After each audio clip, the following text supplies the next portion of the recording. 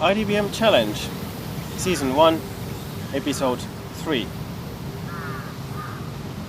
You know, education is not really about following the rules or finding the right answers. It's more about becoming aware of your bubble and bursting those. And in this episode, we spoke with Jani Leinonen about bursting bubbles and in general being disobedient. Enjoy!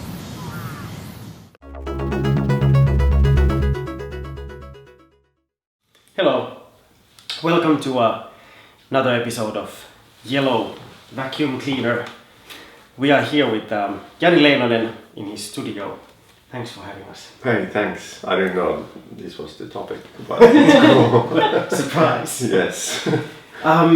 For those of us, or for those viewers who don't know who you are, could you briefly introduce yourself? Yeah, well, I'm an artist. I make political pop art, but I don't know, there's not really like it's pretty vague description of what I do. Sometimes it's, I guess, a little bit activist stuff on the other hand, but then on the other side there's also just like nice paintings that I want to make and I just paint them, so there's not necessarily always a big political idea behind the works. Yeah. So it's kind of, I don't know, we human beings do a lot of different kinds of things, and maybe sometimes they're even contrary stuff, but maybe I'm more known of the political stuff than the rest of Mm. When did you if we backtrack a bit, when did you realize that this was I don't know if it's your calling or... What, art? Yeah. I don't know. Yeah, really young. I mean, I was like 8 or 6 years old. Of course, I didn't know what art was then, but that's I thought it was something cool, and it was really conservative art that I kind of admired back then. But still, you know, I mean, since there's a lot of if my art looks like this, so I think when I was 8 years old, I was drawing similar looking things, you know, everything that I saw around me, posters, movie posters and advertisements and stuff like that. I wasn't really thinking anything else, but they were just like interesting visually, but I mean, I guess I'm actually doing the same stuff. But maybe, you know, the content or the taking a stand or the values have sort of developed since I was 8. At least I hope. Can you actually tell a bit about the box? I mean, what's behind that? Well, the whole thing? Yeah, the blue one. Well, so it's going to be a painting of 6 packages, and they're going to be stacked together like this, and they're just painting on top of the packages. So there's a original cereal package underneath, and then some of these things have just been painted over to, you know, well, obviously it doesn't have the dew on top of it. So, but what does it have? Well, it has frosties, of course. So it's going to form a sentence that says, do you want the truth that hurts or the lie that comforts? And they're just going to be, here's the lie. This is not finished yet, but yeah, so it's kind of a combination of real objects from real world and then these fictional things, and I kind of paint on top of it. What is some topics that fascinates you right now, or what is going on in your work? God, difficult questions. I don't know. Well, of course, you know, you read the news, you follow the conversations in social media, so there's a lot of stuff. I guess there's, well, like ethical, ecological things, but I guess, well, because it's so up to date and terrible, and also kind of depressing debate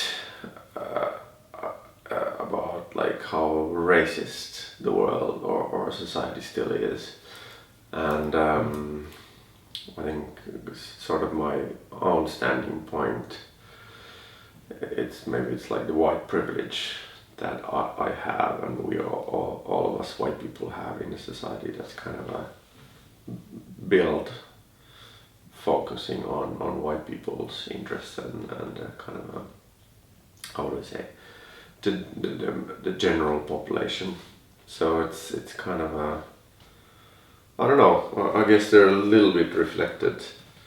I guess the white privilege as a word, it's like everybody kind of, especially us white liberal people, I don't know how liberal you guys are, but kind of agree with it, and it's there, but then it's like you, especially in like your Facebook page discussions, you end up, you know, all these white friends of yours just like kind of denying it. I mean, they started like, yes, I know it's there, but, and then they start kind of diminishing it and saying like, you know, I'm like poor and I don't have privileges and stuff like that. So it's kind of a, I don't know, it's interesting. I guess the kind of the real phenomenon behind, or what I'm interested in, is actually the way that, well, maybe it's actually about this, like the truth that hurts, or the lie that comforts. So it's kind of this how people explain the bad things, especially if they're themselves involved, away with like, maybe it's not white privilege, maybe it's something else, and maybe it's, you know, like I'm not a racist, and I've never said anything bad about it, so I don't have white privilege. So it's like all this kind of a mess of explanation going around which is like the lie that comforts in a way, but the ugly truth behind it is that, you know, well, of course we white people are very privileged. And isn't it also so that, you know, we are being conditioned to this like on a daily basis? Yeah. I mean, it's of course like when all your friends are white, and especially if you don't know any members of minorities, you have no idea what it is, because you only see the white life, and, you know, you're born and trained and educated in white schools, and the history is written by the white people, celebrating the white inventors and historical figures. So it's kind of this, it's like a really big bubble that kind of closes everything else out. So it's difficult to burst also. So if that's the change you want to participate in, how can you make the world a better place, having that as the background? not a Yeah, I have a short answer to that. Okay, I will tone the question down a bit. No, it's fine. We can talk about it, but it's a long talk. Yeah. Well, I mean, I guess like it's how would you say? I mean, like as artists, I can mostly talk about from my perspective, because that's what I know. Also, us, like we're kind of educated as these. Well, it's kind of the art world's like focused around the artists, so we're in a way these like weird heroes, or we're kind of, you know, trained to be these heroes and sort of saviors, and we have like, we can talk about everything, especially like us white straight men who are artists. So it's I guess it's kind of been a serious look in the mirror also, to kind of realize that, you know, why do I have this, you know, idea that I can talk about like a specialist about like every topic, even though I have like no clue about it. And so it's kind of, maybe that's like, once you realize that you have to burst your own bubble and kind of, you know, try to look outside of it and talk to different kinds of people, and then you, I guess, start realizing that maybe I'm not the specialist in everything, and maybe I should be culturally sensitive to you know, all sorts of directions, and maybe we should have like a diversity in also like creating things, because that's like, I mean, how I like get ideas is to talk to as like diverse people as possible, and you know, you kind of get their perspective, and then you know, they just melt, and then maybe something good comes out of it. But I guess this kind of a white savior idea, which quite often happens, especially in the West, we want to save the Africa and collect money, and we without even realizing it, kind of how would I say, at least victimize like other cultures. You know, like, you know, well, like think about charity organizations. Like when they design their campaigns, it's always the suffering African, even though there's like, the truth is totally something else. It's not like poor, and it's not suffering, and it's not, it's I mean, there's a lot of suffering white people here too, but they're not shown in the pictures. So it's kind of, because it's really about like media representations, media pictures and everything that I basically work with. So it's kind of, I mean, trying to be critical about it, and I always have, but like recently I've actually realized that there's so many blind spots that you just can't kind of overcome until you actually talk to somebody who's... So what has recently burst your bubble, as you said earlier?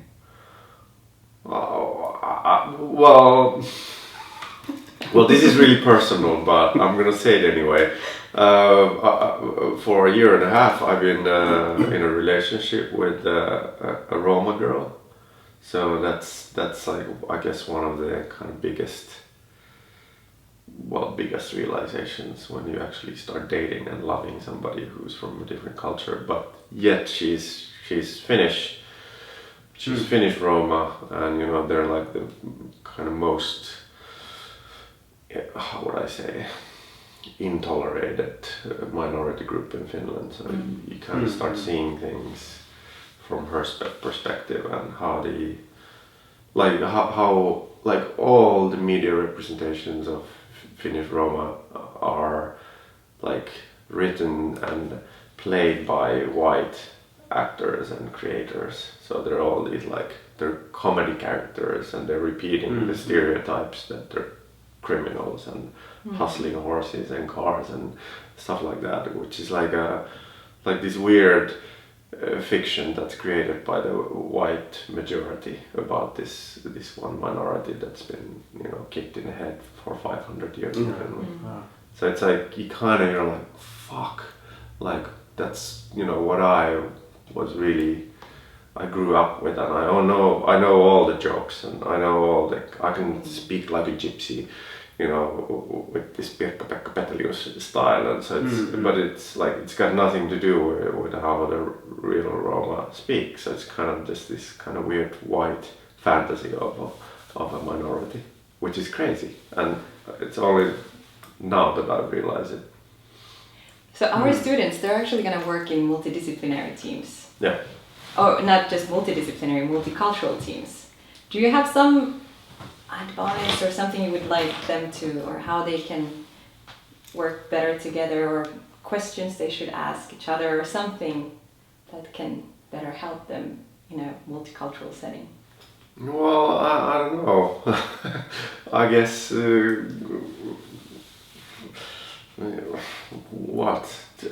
the fact that they're working together is great, and I think that just resolves a lot of problems.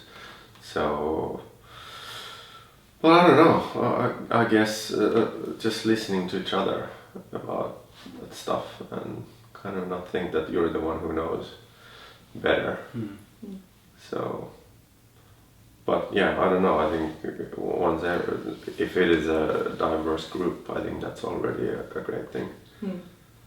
So, I don't think there's like a one correct answer or way to go. Yeah, it depends so much like what it is. It's what's the project about, and what are the aims. But I think one of the cool, or like cool is a bit kind of dodgy word, but you know, uncovering or bursting these bubbles, I think that's quite important.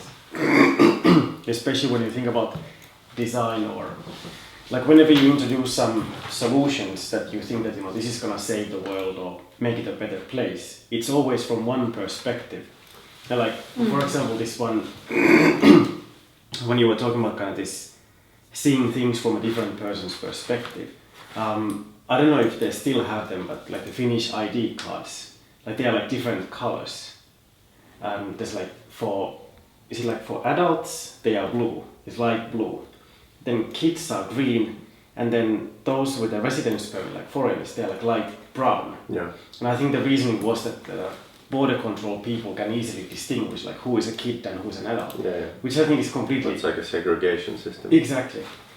And so the point being is that, what I think you kind of touched upon earlier is that we are still kind of lagging behind with this visual literacy. So we are being bombarded by all these kind of political messages, and we just let them sink in. Yeah. True. Yeah, I was kind of hoping for an elaborated reply. Fair enough. Yeah, of course. That was the time. Yeah. I mean, yeah, it is everywhere, but and it's not only like ethnicity things. Of course, it's like I mean, it's like commercial messages and I mean everything kind of we're being influenced all the time. So it's not like the easiest task to stay above it because you're so within it. And I think also it's really important to understand that you can't really stay outside of it, and you can't. I mean, I can never understand what it is to be like a Finnish Roma or a Somalian guy who moved to Finland, because I mean I can listen and I can learn and I can do stuff like that, but it's of course I've been born white in this like really rich country, and I'm like super well educated, and I have amazing parents who have supported me, and it's just like from the birth I've been in a different kind of place. So it's like it's like kind of all the nuances in me are like, well, let's say white and privileged. So I guess we should just also realize that it's impossible to understand totally what it is to be something else than this in all aspects. So and you just have to kind of live with it. So I think that's kind of also the white savior idea, is that we kind of, once we just dig into it and we just study so much, and we kind of we learn and we ask questions, and we can know what racism feels like, but I don't think that's really the case. And of course it's like kind of gives you a helpless feeling, because you just you're an outsider, but that's the way it works. So but I guess what you were saying about the visual bombarding and all sorts of bombarding that we experience is that you just, well, like for instance, I guess with my works I kind of try to think of them and maybe change the message into something else and like rethink it differently, and of course depending on the concept. I'm supposed to go to China to have an exhibition, and there was and this invitation came just like this morning basically, and I started thinking like this sentence or like what's that song, do you want the truth or something beautiful?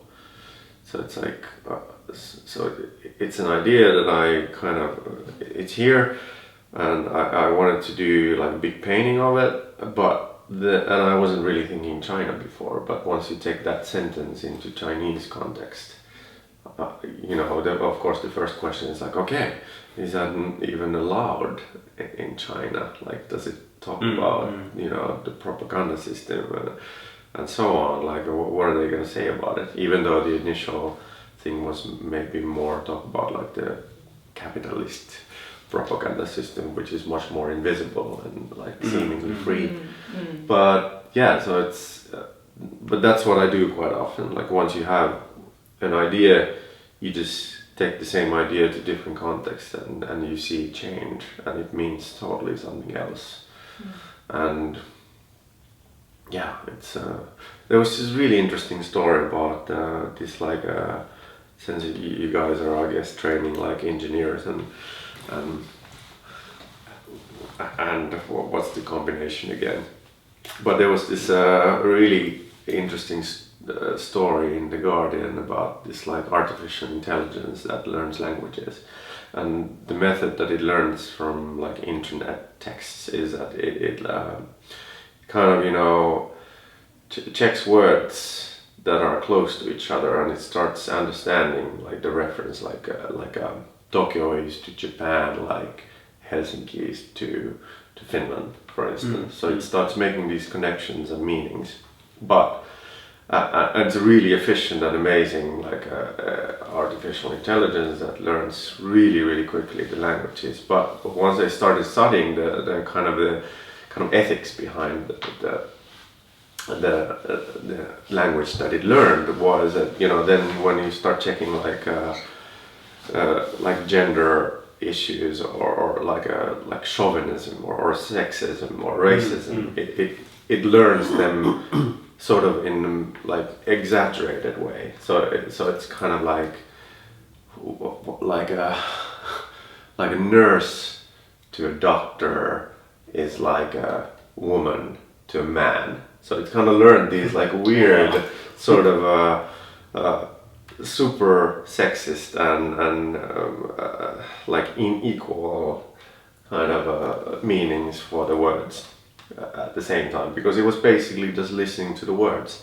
So, but the story was interesting because it's you know, science and it's invention, and they said this is like a brilliant invention.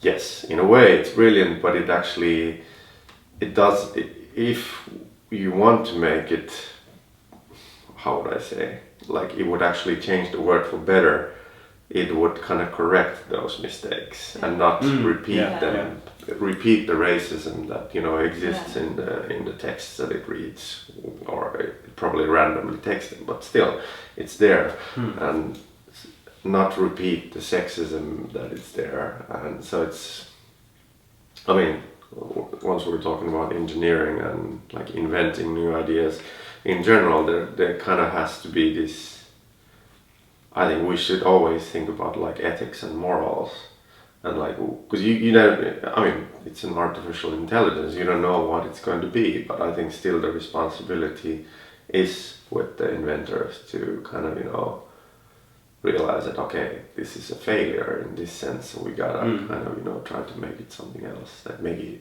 it would develop the language to something more equal society, and not like a worse society. Oh, and that's like one of the crucial aspects, like, because like the taking into account the ethical aspect of technology, because everyone is saying we have this discourse right now that, you know, technology is advancing faster and faster, but no one is really addressing the ethical aspects. Like one idea like would be super nice to have, like when like a CEO of a major company, for example, is giving a talk, like a press release, there would be a machine, like this old school robot looking thing, that would correct your the speech in real time, you know, if they are being sexist or like kind of segregating, or then it would, so like real time translation. I think that it does exist almost. It's like the internet. Wow. Touché. Okay, next topic. Okay, part 2. Well, I mean, it necessarily doesn't work, and the CEO might not listen, you know, to the feedback. But I mean, I think that's the good thing about the internet community, that it actually does do like checkups on stupid things. Yeah. And, you know, like the tech company sexist bosses that have been harassing women and hiring men and only white men basically to the companies. It's like a kind of I guess it's an undeniable problem. Yeah. But yeah, sure, it would be.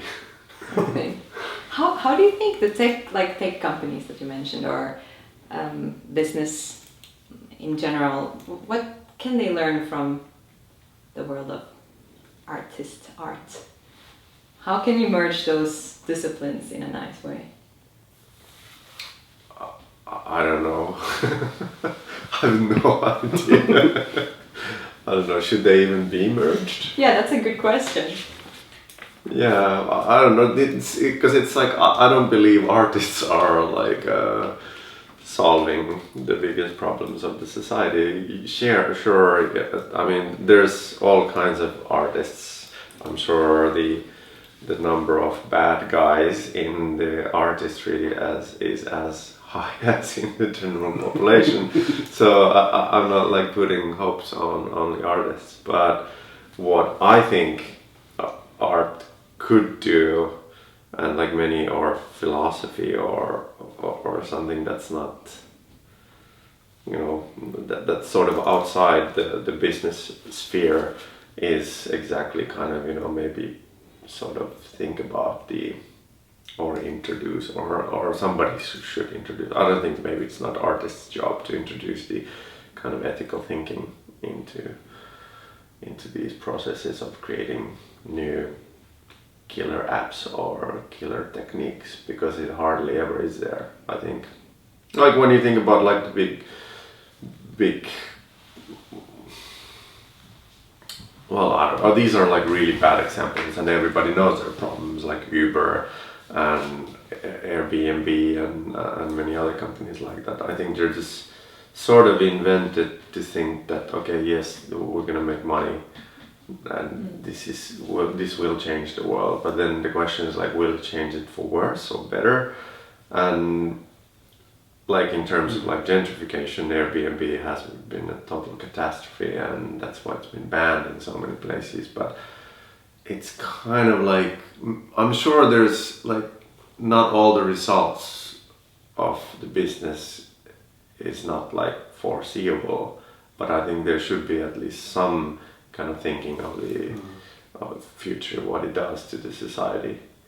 But or there is, and these people just don't give a shit, and they just don't mind that their tax monies, or especially they like the fact that the taxes are as low as possible and their contribution to society is like as little as possible, and the money that they make is as big as possible. So it's kind of this, I mean, I think like the big invention would be also changing the world in an ethical way too, but I think it's not really changing the world, otherwise it's more destroying it.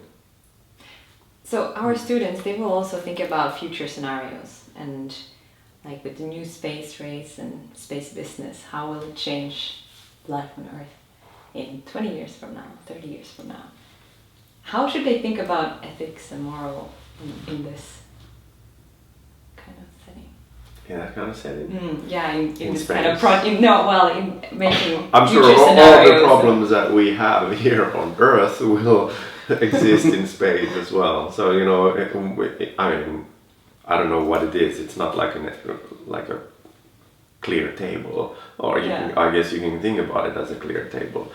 So maybe you can, you know, kind of start from erasing, or at least trying to, you know, get rid of the problems that exist here. But yeah, I don't know, that's you have all these like really small questions for me. Okay, yeah, so let's say, so what is art? yeah, Start there. exactly. But I don't know, I mean, they're like super complex things, but I think ethics should always be involved in whatever, you know, you're thinking about. And but also, I mean, like less of this, like, because usually when inventors or whoever think a lot of themselves, like me, when we start like solving problems, we really kind of think of ourselves as these like saviors. So that's also a kind of bad attitude sometimes, until you actually listen to somebody else who has a, you know, different point of view, and maybe maybe what I think is like saving somebody actually is on the long run maybe destroying, causing more destruction. Like, you know, like, well, okay, maybe stupid example, but again, like the charity organizations that are sort of, you know, like helping Africa. Yeah, they are helping Africa, but on the other hand, the charity work and all that PR bullshit about the poverty and disease, this like kind of like again makes the, you know, the people who live in that continent look really bad, and it kind of here in the West also like stops us from really thinking the roots of the problems, which are much more in like in the economical system that's kind of just taking cheap labor and materials and minerals from those areas where suddenly the poverty exists, and we benefit from it, and this kind of idea that we give some money to charity just kind of covers it up. We feel like, yeah, okay, we've done our share, and now we can consume as much as we want. So I think it's the ethics, but also you gotta really you have to see the big picture. Like there is like massive systems that cause massive problems, and once we try to fix a little bit of it, it might just kind of cover up the bigger problem that exists. So it's like you really have to think big and kind of combine different fields of study in order to kind of find the real problems. So I don't think it's like you solve one thing and then that's it, but you really gotta kind of look everywhere. Yeah. And I guess like one of the kind of sickest ideas is this companies and different kind of organizations talking about sustainable growth, which I think is an awful paradox in a way. Like how can growth be sustainable with like limited resources? Yeah. Yeah, I guess I had a thought back there. But there is something called circular economy. That was hard. Do you know? No. Okay, no, forget that then. Well, you can explain it. The thing is, I cannot explain it very well. It's the idea that we should create, you know, instead of the capitalistic consumerism, we should replace it with an economy that's sustainable. But I cannot explain it in details. But it's a term that is. Well, there's the zero growth idea, but I guess the problem with many of these like new economics ideas is that it's like because for so long, no matter has it been like a Cold War or era ideology for like communism or capitalism, both sides kind of believed in the growth. So it wasn't like it wasn't an ideological sort of a thing back then, and everybody just, you know, both sides wanted ideologically also like internal growth. But back then nobody realized that, you know, what happens, like, or that the resources are limited. But I think the biggest problem is that, like, what do you do when because all the business ideas and theories are based on the growth. So nobody really, there's no theories on like what happens to society when, you know, when you have zero growth. Because it's like there's just no, I mean, that's a depression, and everybody's just trying to get rid of that. So that's sort of like a no man's zone, theoretically and practically at this point. So I think that's where the kind of studies would need to be, like how would you actually create it the way that it would be sustainable. Do you have any ideas? No, sorry. I mean, it's okay if you don't want to reveal them. Yeah. Exactly. Yeah, we get it. Yeah. The book's coming out next year. How do you deal with criticism and different reviews of your work? Well, I mean, for a long time I tried to be this Teflon person who wasn't really into it, and it didn't really touch me at all. And then from the other point of view, because I wanted to provoke, like, you know, sometimes maybe even rage and irritation and but at least the debate. So it was good, the critique, like whatever comes out of it, it was good. But I don't know, I guess it kind of depends where it comes from. If it comes from your enemy, we usually are fine with the critique, and we're like, yes, like they hate me even more. But then if it's like your friend or companion that gives you the critique, then it's, I guess it's really kind of then it might hurt. But yeah, but still, I mean, it's part of the process. I think that's because I think art is like science, at least like my work, that, you know, it's in the process of, you know, it's in the process of change all the time. So whatever I do, I don't think this is like the final thing that I do and this is it. But it's like, well, when I get the critique, I'm like, okay, the next work I will do better and different. And then, so it's like the failure is not, it's good in a way, or the critique is good because that only like pushes you forward. So, but I think the critique hurts only when you're kind of burned out. So it's like, watch out for that. Don't take holidays as well. What made you do the School of Disobedience? What drove you there, and what are your thoughts behind that? Well, yeah, I guess. Well, I guess.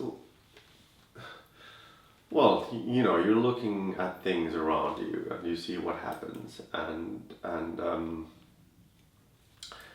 it was kind of an accident that it actually happened just after the government had changed into this current super conservative, racist, xenophobic government.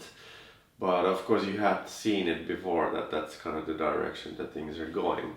But I mean, this sort of apathy, I think, was there, that, you know, and it wasn't, people weren't that active generally in other fields, and well, neither were the artists. So I thought that there's totally, in order to make this society better, we need to, I mean, I can't be the one, and, you know, the marginal activist groups are not enough to change it, but we need like masses of people to do stuff. So I thought, like, let's found a school, and yeah, that's I guess how the, you know, idea came up. But I think it kind of also, I mean, the ideas had been there all the time. Like, I've been doing this work for 15 years and like trying this there and trying that strategy there. So I think that, I guess also the idea was that I kind of want to give these ideas to everybody else to use, to like sort of like open source art ideas in a way that, you know, you can just please take them and, you know, alter them and change them and do something in society to, you know, to stop this nonsense that's going on. So I don't know. Yeah, I guess that's it. Okay, so I don't know, but I think there's still a great need, and it was open for 6 months, and there were so many, and most of the people who visited were actually like kids from schools that teachers were bringing there, and I love that idea that it's like we have this future generation that's like a kind of thinking these things already, and, you know, facing them, and they're like not like just told to be obedient, and like we have to say to them that, you know, that you gotta be disobedient, and it's not necessarily a bad thing, this disobedience, but it might be actually the best thing you do. But but you can't be disobedient just for the sake of disobedience. Again, you have to have like the ethics involved. You gotta think about like what are the set of like moral codes that you follow, and then if somebody breaks them, if somebody's racist in a bus, if somebody's sexist in school or at your workplace, you gotta say it out loud that, you know, that's not okay. So, yeah. So what is the school of the future? School of future. We are trying to make the university of future. Well, I think school is always for the future, I guess, in a way. How would you design it? I don't know. If you had like complete freedom. There are these like 70s, 60s utopian ideas where the governments always, they have like philosophers, like politicians have been kicked out, and there's like scientists, philosophers and artists that are in the governments. And I like that idea because it's not about, or I don't know what it is about, but I guess it's kind of, the more you start digging into these things, it's kind of the bigger picture you start seeing, and how the better you combine different fields and different ideas, the kind of more creative and bigger ideas you can actually get. Because I think it's in the combination of, you know, sort of different fields, knowledges that you can. So I guess that would be the thing that I would focus in the school of future. That, so, you know, collaboration, combining. Yeah, I mean, of course, there needs to be like people who like know specific things and they're like really know their stuff. But I think the big thing that we need is still like to do these coherent collaborations between those fields. That somebody knows kind of, or knows how to bring these people together from different fields. I guess that's what you're doing a little bit too, or a lot. Gently. We're trying. Yeah. Attempting. Pushing, yeah. I'm attempting. Yeah. Success. I think we have too many successful people. Dot. Okay. Business.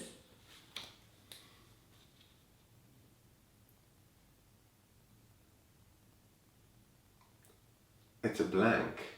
That's interesting. Well, cereal.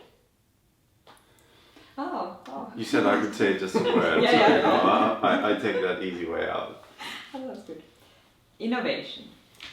Oh my god, that's such a horrible. That's like I mean, it's such a cliche that I don't even want to start talking about it anymore. So we're not gonna add it to IM. Innovation. Innovations and other cliches. all the bullshit bingo. Yeah. Space. Final frontier. Technology. Yeah, it's like a two-bladed sword.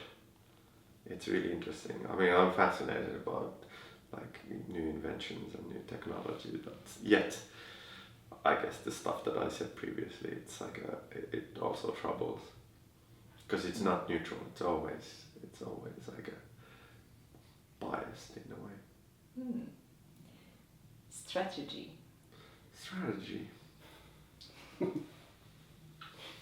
I don't have one. Design.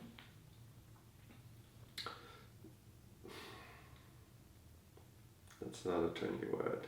Innovation design is probably, you get money from all the grand applications. What else? what are there?